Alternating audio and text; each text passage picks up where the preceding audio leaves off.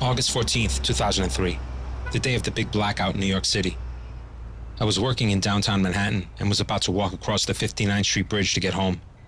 At the foot of the bridge, I ran into my old friend Karen O'Sullivan. I'd known Karen as a photographer since my teenage years hanging out in the East Village punk scene. I hadn't seen her in a few years. We lost touch when I left New York for a while. She was in a wheelchair now. I knew she had MS, but in the years since I'd last seen her, it had gotten worse. I proposed the idea of making a book of her photography, mostly shots of the bands we were friends with and used to go see back in the day. Any money raised would go to her. It probably wouldn't be much, but it might help. It took me about 3 years to convince her, but she finally agreed. The next few years of my life would be consumed with scanning film and researching the photos, interviewing people, and tracking down long-lost friends and strangers. I spoke to Rich Warwick and Chris Minicucci at Radio Raheem Records, and they agreed to print the book. Here are a few of the people who are in it. These are their memories and their stories. All right. Spacely. He was a legend on the music scene in New York. I remember him since I was a kid. Not enough people remember him now. Sadly, he had been a dope fiend for many years. He actually was the star of this movie called Junkie. And he cleaned up and he got his life together. He was doing really well. He met this beautiful woman and like his life was really going well and he was clean for years. And then he wound up having AIDS. John Spacey, he was a good friend of mine. You know, he was Mr. Cool, man, and to accept me as a you know, as a little kid and not being a pain in the ass, which I probably was because I still am. You know, he was always super nice to me. You know, unfortunately, you know, heroin back then and still today. You know, that's legendary status right there. They don't paint you on the side of a building. There's definitely pictures of that now that the whole building's torn down. Oh, unbelievable. I think I'm dead for a while. Look at that. Oh, Spacely. Love Spacely. You know, I don't know if you know this, but Spacely at one point was selling all his records out in the street. And he had this really cool Sex Pistols record and it had nothing on the back. And I thought it was cool. It was blank, like a pink back, I think. And then he says, yeah, that was Sid's. He gave it to me. That's Sid's, never mind the Bollocks. And I bought it off him for $5 on the street. I still have it. Spacely. See, this is what's cool about Karen. She put everything in the, you know, New York hardcore. You know, New York City is hardcore, and it's not just a sound of music; it's a way of life. And you know, this is a hardcore way of life too. Hip hop is part of the family. Is this Terry? She was there in San Francisco. I was playing the Mabuhay Gardens in the Tenderloin in San Francisco, '83, somewhere around there, and this guy got his throat cut. Yeah, right there, right on the scene. She saved his life because she was a paramedic or a nurse. Her and her sister. There were three of them. There were three bald-headed girls. Terry, her sister, and another girl. I don't think the other girl was a sister, but I forgot their names also. I only remember Terry because I was friends with her. And she dated Billy, so Billy was my friend, Billy Psycho. So I was out with Billy one night, and we were tripping. We were drunk. We were out there. And we were sharing a 40. And we were drinking. And we was passing the bottle and drinking. Billy drank and his tooth fell in the bottle of beer. We were like, oh shit, your tooth's in there. So how are we gonna let's drink, don't throw the beer away, God forbid. Let's drink the beer. Don't swallow the tooth. And then we'll get the tooth out. So we drank the beer, and we waited 5 minutes, and the tooth got stuck to the side of the bottle. And we couldn't get the tooth out, and it got stuck to the side of the bottle. Says, fuck it. Boom, we threw the bottle, we broke on the floor, we scrambled through all the glass, we got the tooth, I put it in my, where you keep the picks, my guitar picks in my pocket. I said, come on, we'll go to my house. I crazy glued his tooth back in his head. But when I did, it was backwards. It looked like that. So I had to take it out, re-glue it, and stick it back up his head. Wow, there's a picture of the Agnostic Front banner, like one of my first banners. We were going to play CBGB's that day. So CBGB's is about 3 blocks from here.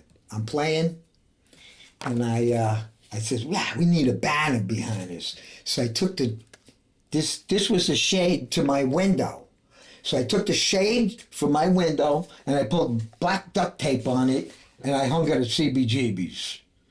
And that was like one of my first banners that we had. Dave Parsons and Kathy. I knew them very well, actually. I used to spend a lot of time at Rat Cage. And I used to, you're recording this, right? Well, no? Okay, I won't tell you what I used to do with them, but we were in business together. Let's just say that, okay? Dave sold me my first tab of acid. And that was a terrible trip. It was a bad idea. Yeah, but Dave and Kathy, and then Kathy lived with Adam Horowitz's family for a little while. They were both living at Adam's mom's house. But these shots, man, unbelievable that the Karen captured a lot of our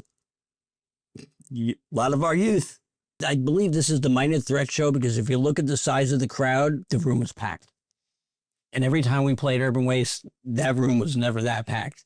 But the day we played with Minor Threat, it was from beginning to end. It was like Minor Threat themselves had a crowd surf into the place because they couldn't, there was no place to walk. They crowd surfed over the crowd and they got there and it was like, there was, I think we were playing or the Ma was playing. I don't remember the exact who was playing, but they came in during one of the sets and it was, oh, there's Ian crowd surfing his way in. Imagine she caught that.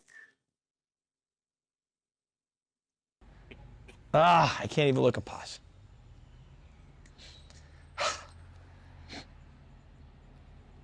Can't look at pause. That wound is still not healed. Steve Paz, look how little he was. I loved him. My mother loved him. Forget about it. The little Jewish boy she always wanted. Because he used to stay in my house when I used to go on tour, you know? And my mother loved him. He was a good guy. The last time I seen him was 10/10/20. I visited him in Calvary, and he was going to die. He was, and I hugged him, and I told him I loved him, and he was like, "Get me out of here." I didn't say goodbye to him. I says, "All right, I'm going to get Paulie. We're going to get you the fuck out of here right now." That's how I left him. I didn't want to say goodbye. Dearly beloved, passed on recently, Steve Poss. That's me sitting in the corner. This is CBGB's dressing room. You can tell by the graffiti. That's Johnny Waste over here from Urban Waste. Still CBGB's. Oh, John Watson, yeah. John Watson really stood out because John Watson, to me, like everyone talks about the Beastie Boys, but I blame it all on John Watson because John was the one who came down from the Bronx, I think, and he had like a mohawk, but then he had Adidas shell caps with like fat laces. Oh, bags. This is right after he chewed what's his name's thumb off, right?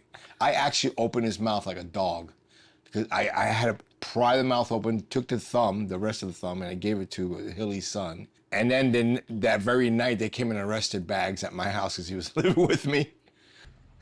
Bags. Probably right after biting off Hilly Crystal's son's finger. You know that story? Yeah, that's a legendary one. That's true. This girl's like, what the fuck is this dude doing? P.D. Hines, Carl Marsher, Todd Youth. Okay, look.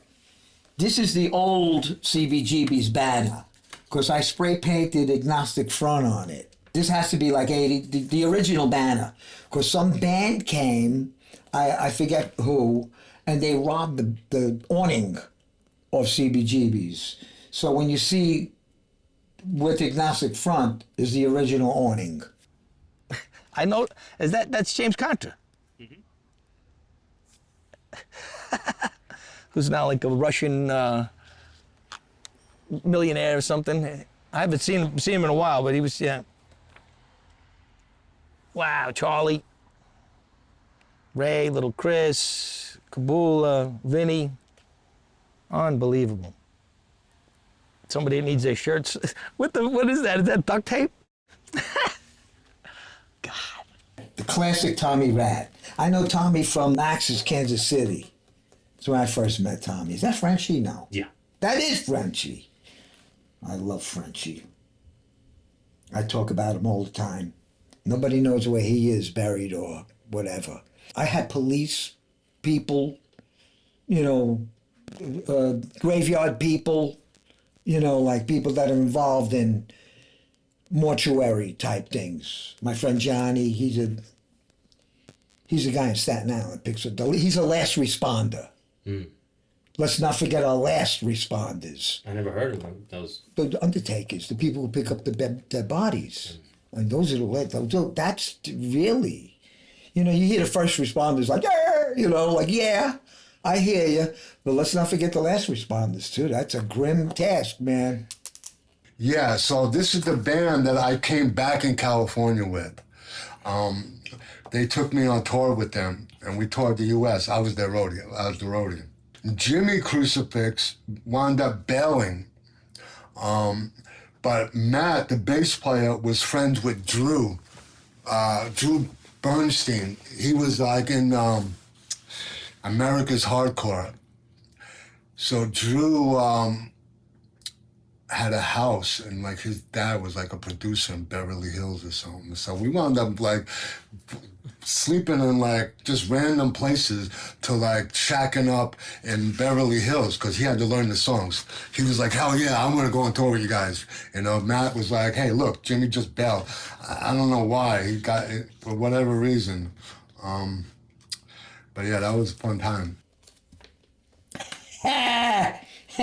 Yeah, I bet you Willie gave him the black eye. As a matter of fact, he's right here on my cigar box.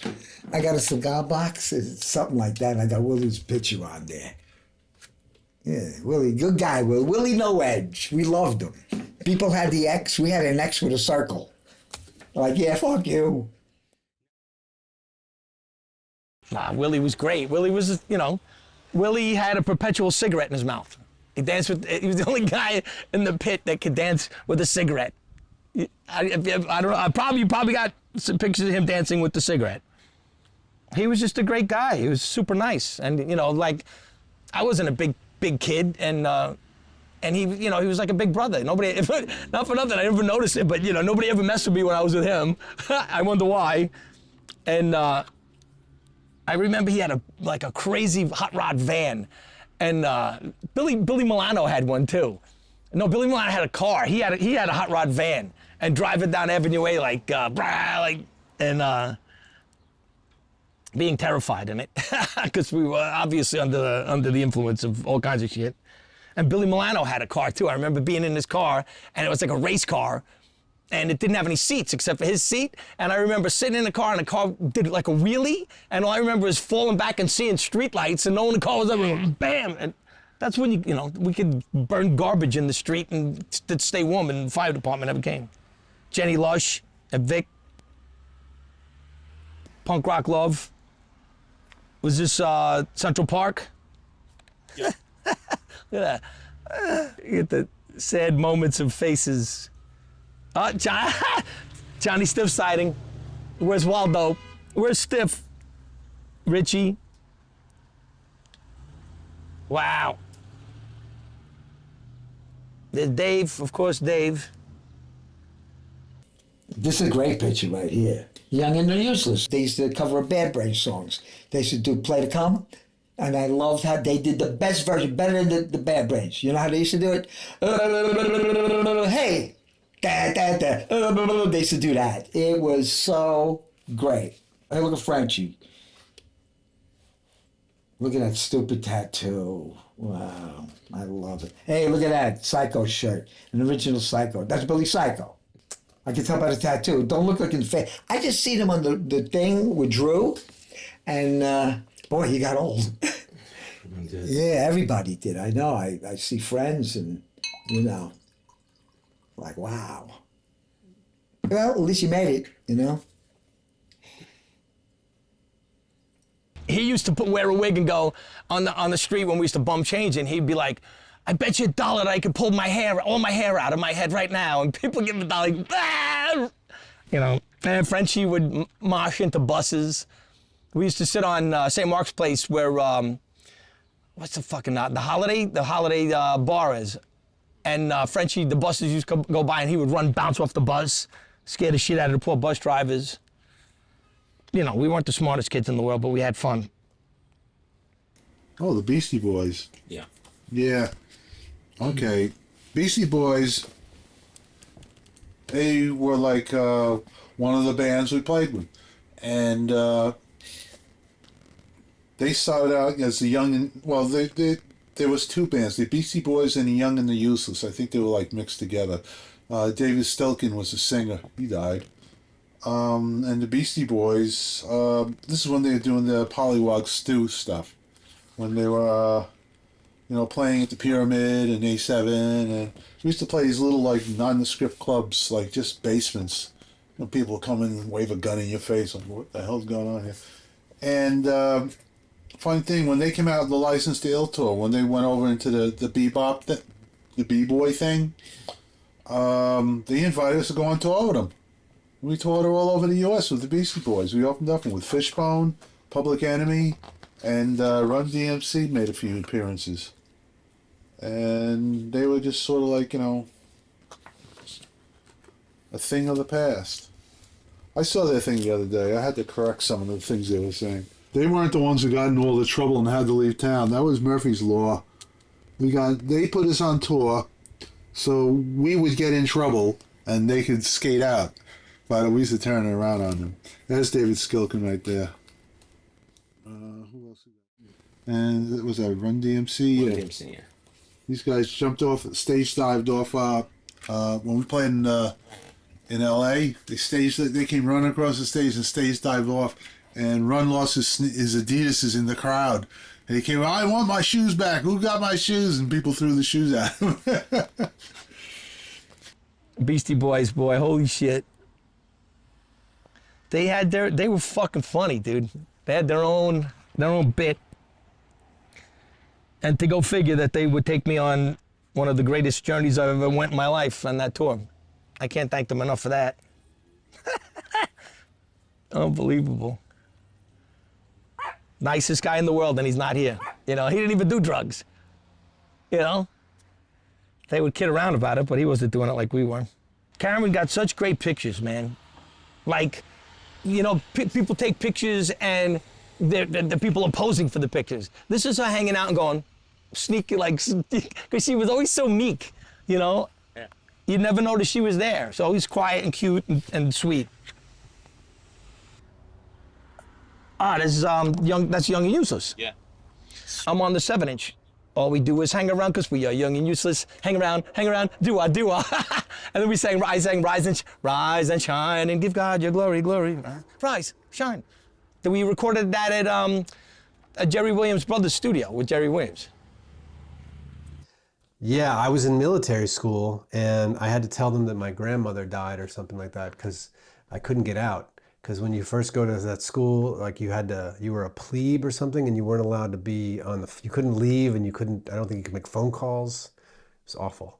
And, at the time I was like already thinking I got to get my act together. So military school kind of made sense. And I was like, I have a shaved head, I wear combat boots, how bad could it be?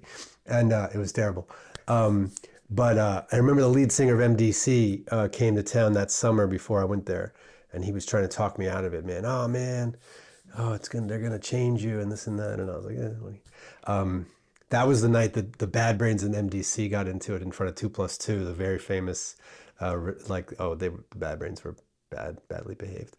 Yeah, so we played at the Rock Lounge, and all I really remember about this is that Daryl and I smoked a joint with Daryl, which a Bad Brains joint was like the size of a baseball bat, it was like a giant spliff, and Daryl and I were on a staircase, like over backstage, some kind of like stair up to the grid.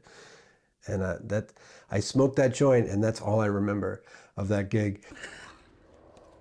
Howie Pyro, Stefan, he still looks the same. Look at that Ampeg flip top. Look at the fucking Ludwig. How much all that shit's worth right now?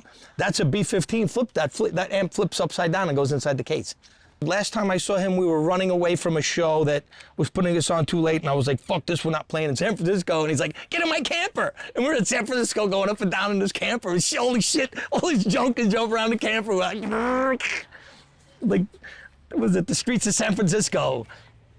Blue, well, they found him dead with his pockets cut under a park bench in Tompkins Square Park. Dope again. This guy everybody knows already. We got Blue. He passed away. He passed away while we were on tour, Blue. I have his name tattooed. Where is it? Oh, it's on this arm. He got it, that was '86. You can never see it, so don't even bother.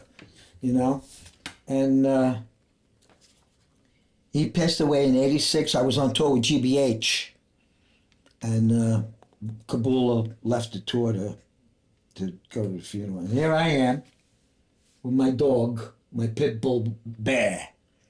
Bear? You told me it was Sarge. Oh, that was my other dog, Sarge. But this one's Bear. Oh, shit, I quit. Well, I called him Sarge, I called him Bear, you know?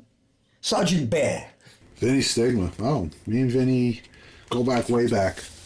We used to back in these days, I used to go over his house and we used to have this girlfriend, Gina. I had this girlfriend, Ann.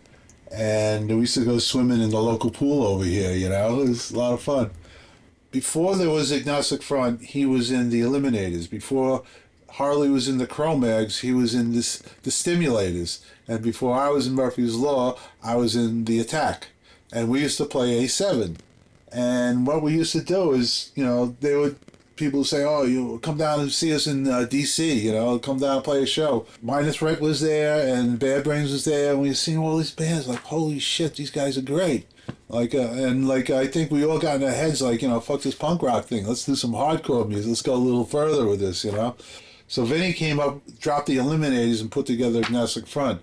He put it with John Watson as a singer, Diego on the bass, and who else is in the band? And Vinny on guitar, you know, and it was a lot of noise, but people really liked it. Like, yeah, Agnostic Front. And I saw their first show at 2+2, is 2nd Street. Dave, who owned A7, opened up a bigger club called 2nd and 2nd, called the 2+2. The building collapsed after that, but and Agnostic Front played the first show and they opened for Social Distortion. And what happened is that, like, for some reason or other, Mike Ness picked up a bottle and threw it into the crowd and hit Vinny Stigma in the knee. He was like, ah, like that. We all were like, get that guy. And we chased Mike Ness into traffic all the way up 2nd Avenue. And he bounced off a cab that was, you know, he got hit by a cab. We all go running over, like, punching him and kicking him. Everybody just took turns on him, you know. He ended up running into his van and locking himself in. So I was marching around. I forgot who was playing the A7. And I was coming down the stairs, and Vinny's standing there looking up, waiting for me. He's like, listen, I'm starting a band. I want you to be the singer. I'm like, dude, I've never sang before in my life. I could barely hold a tone. He goes, don't worry, just, you know, we'll just give it a try. When we went into the studio, he played something for me. I wrote down some lyrics, and it worked. We created something. Vinny was such a, like, the show must go on type that I wound up getting arrested on a warrant that I had, an old warrant that I had in the Bronx. So they gave me 30 days in Rikers. I wound up doing 22 days. And then when I came back out, I took over again. Oh, that's when you could jump off that's Irving Plaza, when you could jump off the PA. I talk like I'm proud, like the dumbest thing in the world to do. Shut up, Rocco. I don't even know. Oh, there's John. There's Paul. Chiatera. Are you sure? Yeah, that's Paulie. That's definitely Paulie. There's Nats. I know him. He was the bass player for the Undead. Right. And then me, Nats, and Jimmy, I decided I'm going to start another band called Pure Schism with 3 bass players. Nats showed me how to play a few things on the bass, and Jimmy joined in on us. And so we did our first gig at A7.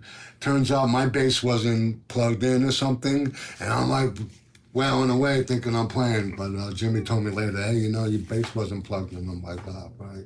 But we had people mosh, you know. They came to our second gig. It was Daryl and Doc came to our second gig. I wasn't really tight with HR or his brother. It was really Gary and Daryl's who I was friendly with. Because they were cool. They were very friendly. Not that the other guys weren't. They were just more aloof. Anyway, I remember Daryl came up to me after the show. He comes up to me. He didn't say, yeah, you guys sounded great. He's like, man, I like your drummer. And I was like, oh, shit, I'm in trouble now. Because I knew Mackie kicked ass. And honestly, that's the reason why Frontline was half decent anyway, was because of Mackie, all right? Because he did kick ass, especially back then, because he had really young, he played with more abandon. He won't like me saying it, but it's true. He played, and Daryl said, man, I like your drummer. What happens? He joins the Bad Brains a couple years later, you know? Because he loved Bad Brains, absolutely. I mean, we all did. Mackie loved that shit. I remember when when he got the gig, he was always had his Walkman with him. He was just listening to the tracks, learning the tracks. Becky Bondage? Is that Becky? It looks like. I went on tour on the Social Chaos tour and got, you know, as a kid, you know, the first music that we got turned on to before California was English punk. And it was always like, ooh, Becky Bondage. So to play with her, she, I guess, loved the band, and she would always stand on the side of the stage, and all the guys would be, and when I'd walk out on stage, I'd be, hi, Becky. It's still, you know, still feel like you're like a little kid. She's such a nice woman and such a great singer. So she's still great, still beautiful. Becky Bondage, Vinny Stigma, like Bonnie and Clyde. I love her. She's great. Good girl. Good right. Great wearing. She was on a tour with this gigantic tour. She was the only female or girl, whatever, you know, I don't know what you're supposed to say today. Well, anyway, she's awesome. She's a hero to any little girl out there. Oh boy, tour van. Man, shit like that is what spoils me and makes me love Holiday Inn all that much more. Living in a van, no fun. Kids today, they don't know. They get their air-conditioned vans with their tinted windows or fly into shows now and shit and a supplied backline. I'm not knocking it, but, you know, until you woke up in that in the summer. Yeah, we're into it. We were lucky to do a show with them earlier at North Front. We opened up for them at the Better Youth Organization show in Camden. Oh, wait, there's me. Oh, I remember I split my pants at that show. That pin up, man. How am I even like, I'm literally upside down. I resorted to like my Bronx style because I could see I'm wearing Converse All-Stars with blue laces, again with the polyester tank top.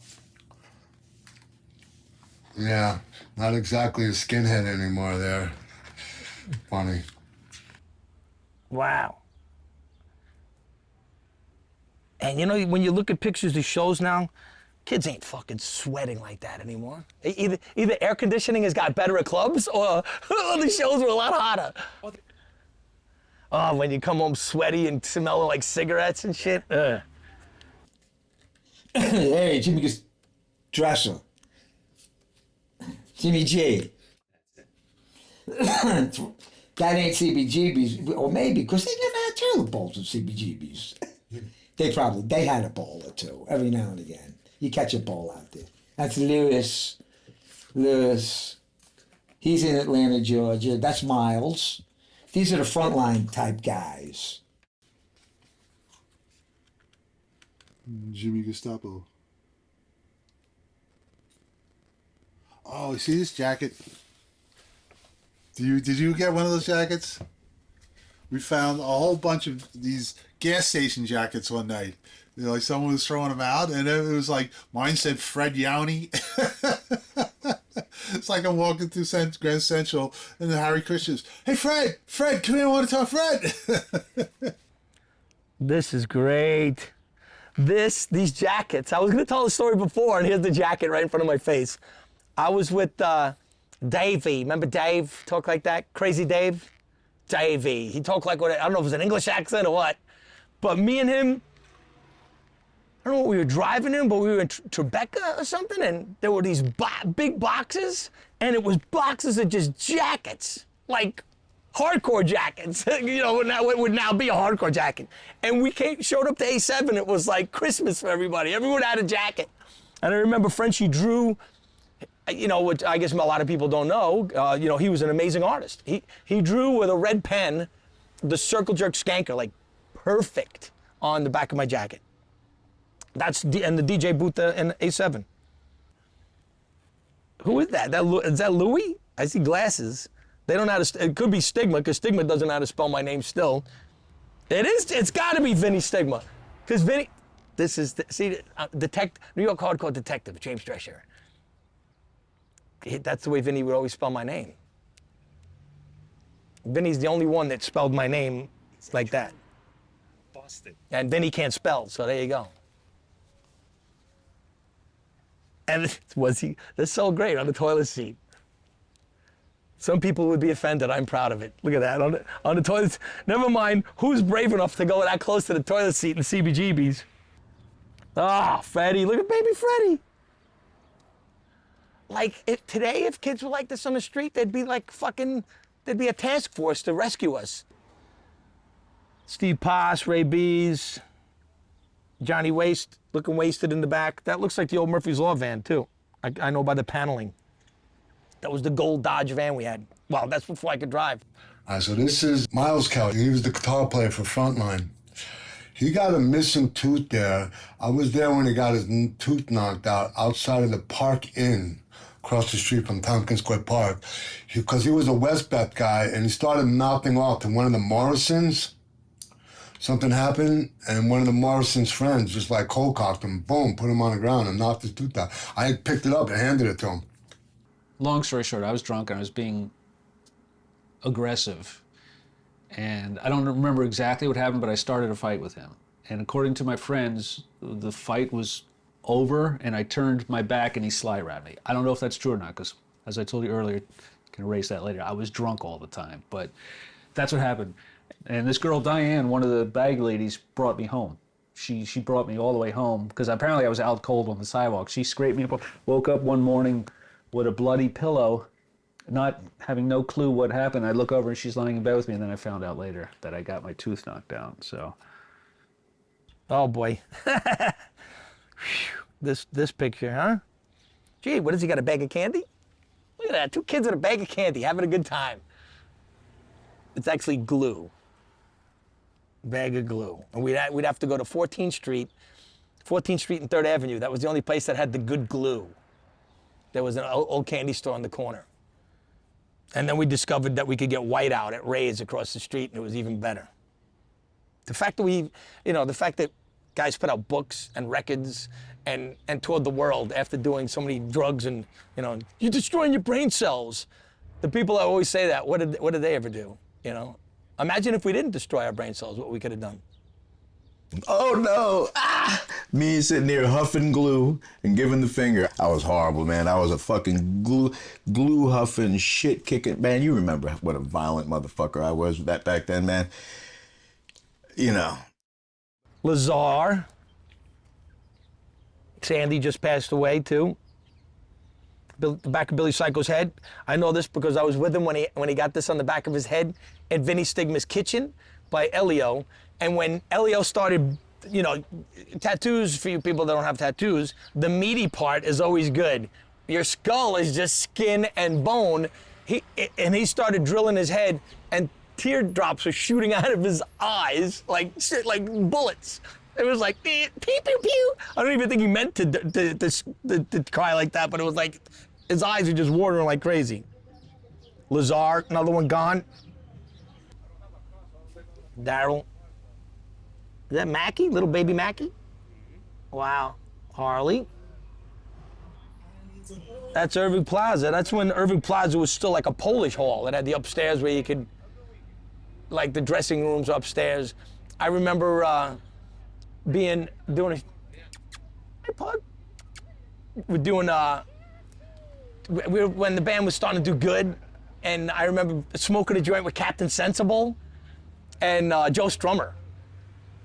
And I'm still like, wow. I remember just being like, this is, you know, when you're like trying to be cool and you're a kid, and but I'm still excited about it. I was like, man, fucking, this is amazing. I've had a lot of those moments though, and they usually involves me having a joint in my hand.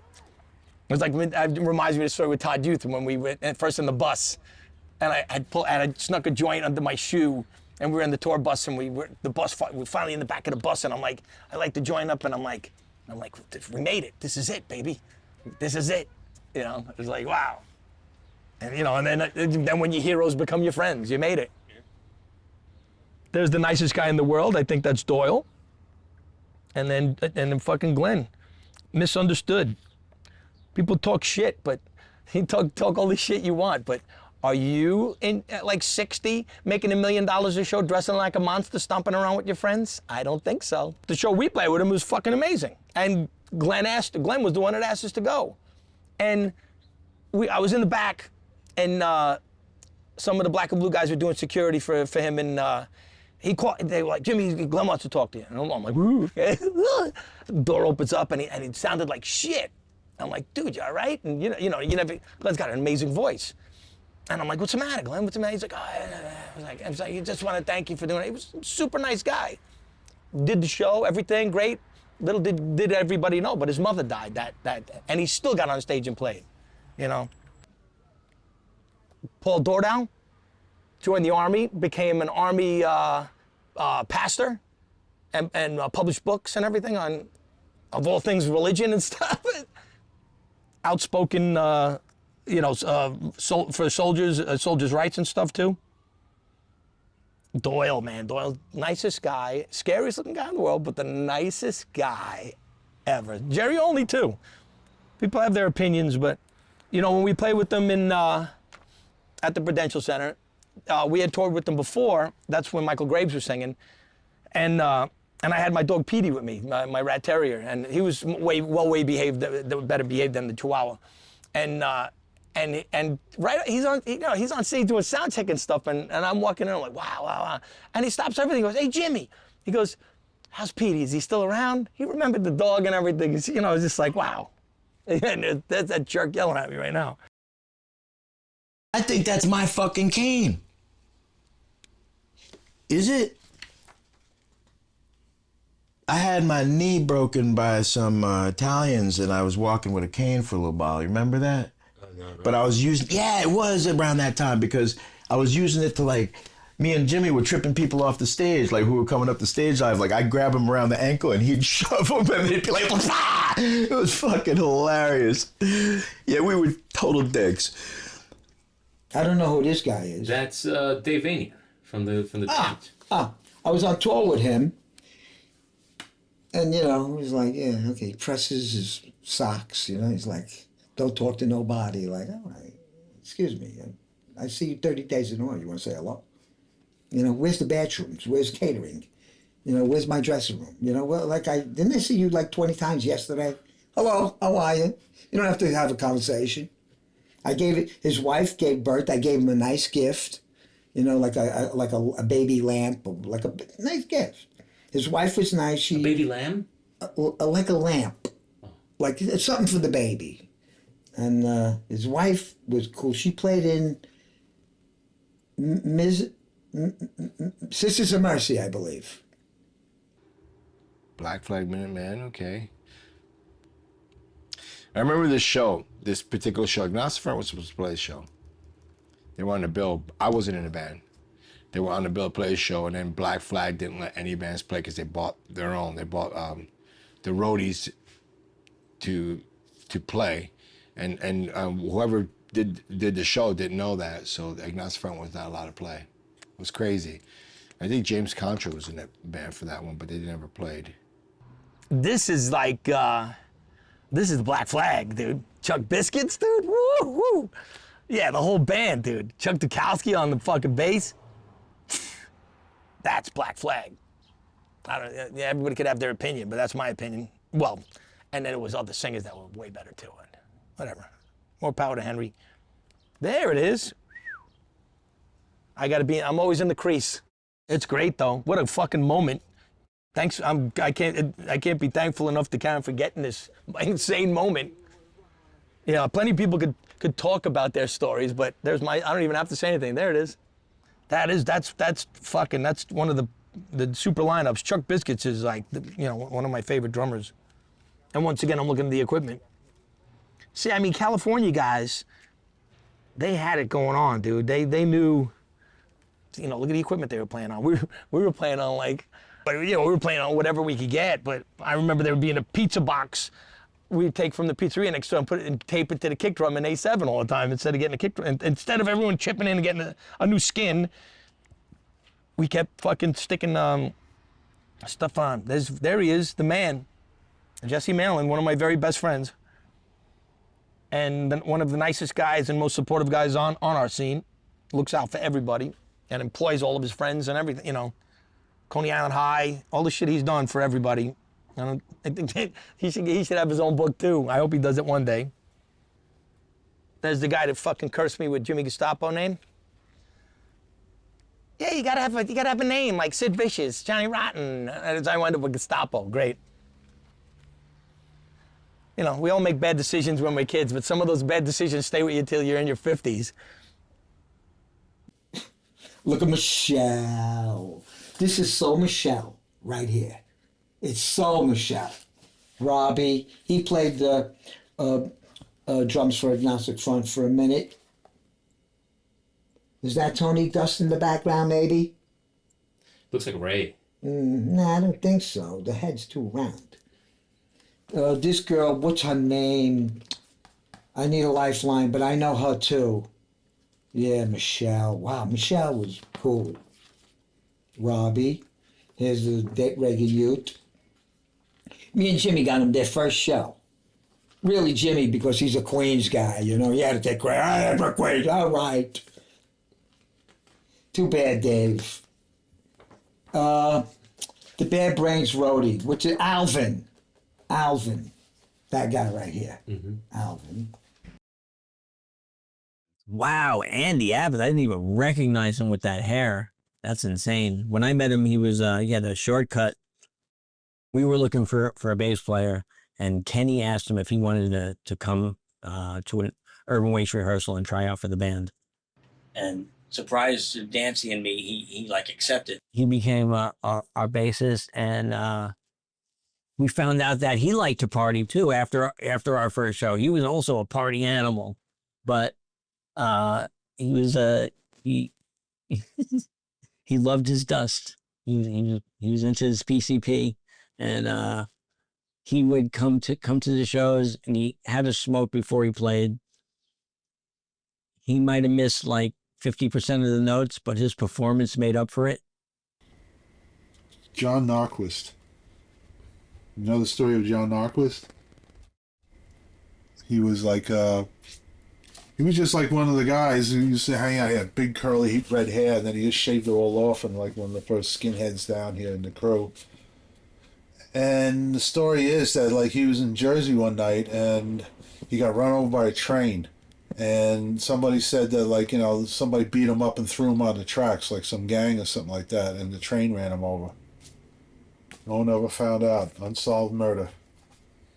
People forget, if you were a punk rocker or a skinhead or a hardcore kid, man, you pretty much walked around with a target on your back, And people don't realize that, most of the shows were in bad neighborhoods where you'd be dealing with the locals that were typically gang members and stuff like that. So we we stood out. They didn't really like us being there.